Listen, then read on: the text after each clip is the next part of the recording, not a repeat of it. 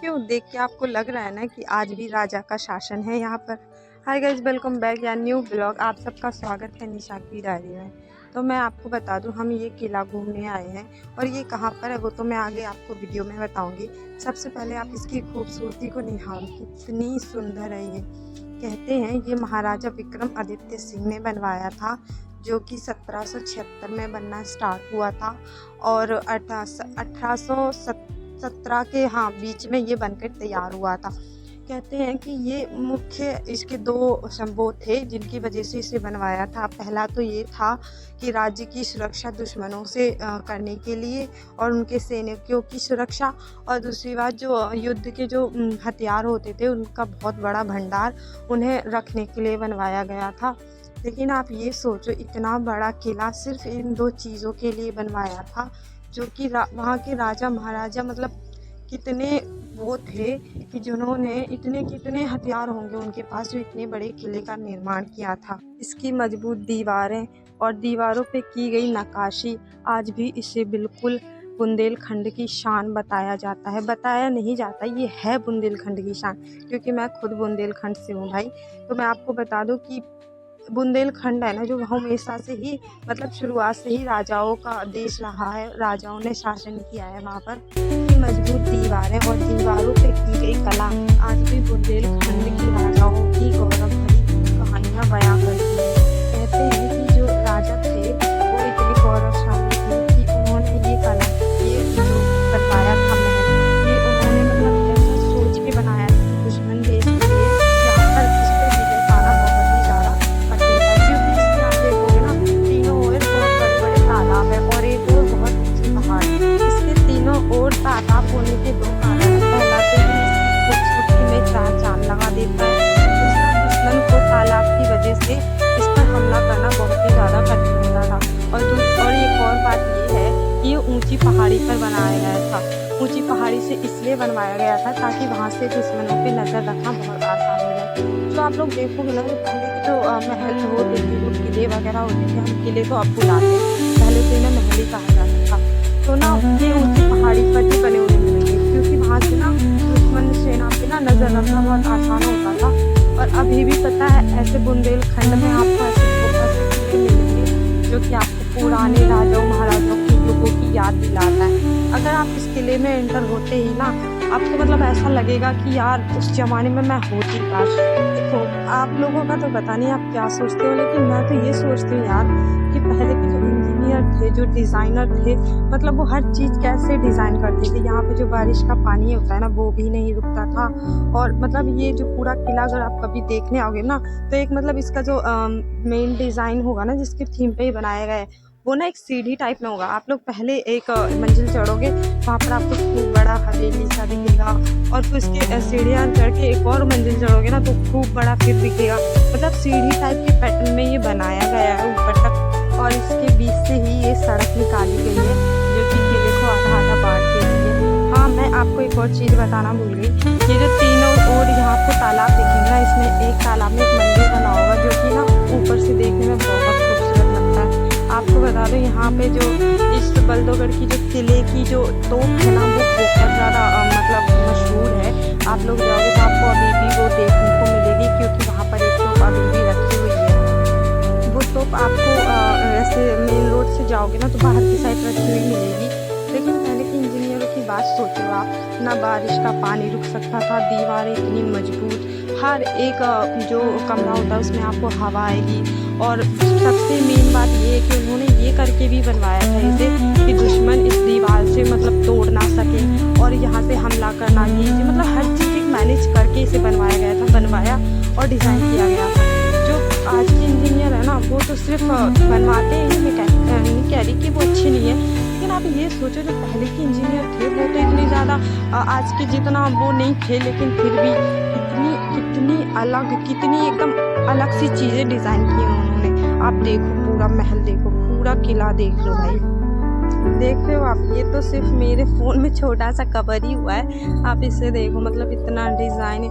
आप पता है किसी भी दरवाजे से चले जाओ, मतलब एक कमरे में जाने के लिए आपको कई दरवाजे, कई रास्तों से जाओगे, किसी भी रास्ते से जाओगे ना आप उस कमरे में पहुंच जाओगे। लेकिन ये बात है कि देखो वो मंदिर दिख रहा है आपको तालाब के पास, मैं उसकी बात कर रही थी। और इस किले की खूबसूरती हाय, मुझे तो बहुत सूझी। मुझे भी यहाँ पर एक चीज़ भी मिली थी। एक ना ऐसे आप जब ऊपर की साइड चलोगे ना तो एक ऐसे खूब मैदान सा है, वहाँ पे छतरियाँ हैं, तो वहाँ पर ना एक होल था, तो मैंने उसमें झाँका, बहुत गंदी बदबू आ रही थी और उसमें चमगादड़ थे भाई। इन्होंने मुझे मना भी किया क्योंकि ये लोग पहले देख चुके थे, तो उन्होंने कहा कि वहाँ पर मत देखना, पर मेरे अंदर तो हर चीज़ जाने का कीड़ा है, तो मैं देखती गई। और इतनी गंदी बदबू, जैसे कोई डेड बॉडी कई सालों से सड़ रही है वहाँ पर। ओ माय गॉड, बहुत ज़्यादा गंदी बदबू थी। और आपको वहाँ दूर एक और पहाड़ी बताई थी ना मैंने, एक साइड इसके ऊंचे पहाड़ है, वहाँ पर भी एक किला बना हुआ है। बड़ा नहीं है लेकिन है छोटा ही।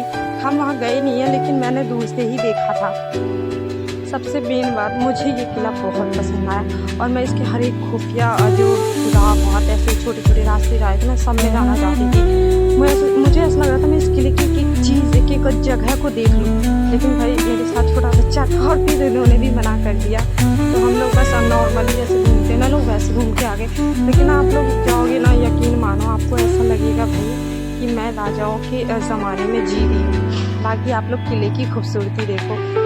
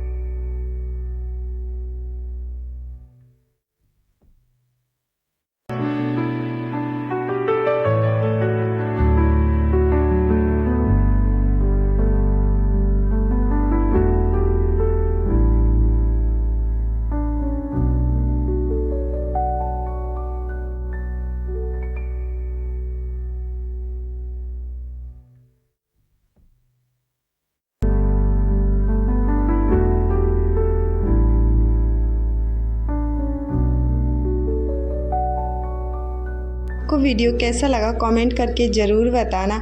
आई hope you enjoy this video. Bye bye, मिलते हैं नेक्स्ट वीडियो में।